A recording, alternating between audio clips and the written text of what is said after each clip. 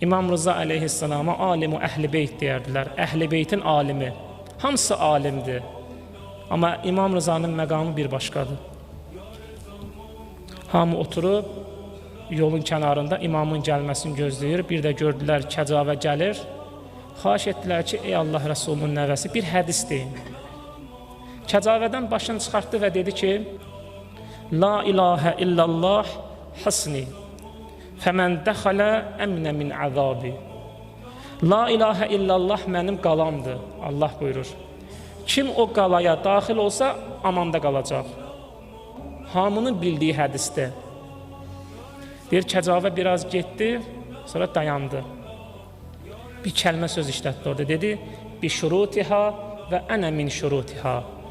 Lakin həmin o şeyin şərtləri var və mən də o şərtlərdən biriyəm.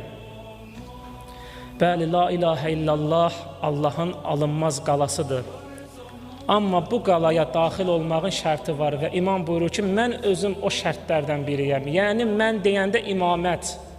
Yəni, imamət həmin qalaya daxil olmağın şərtlərindən biridir.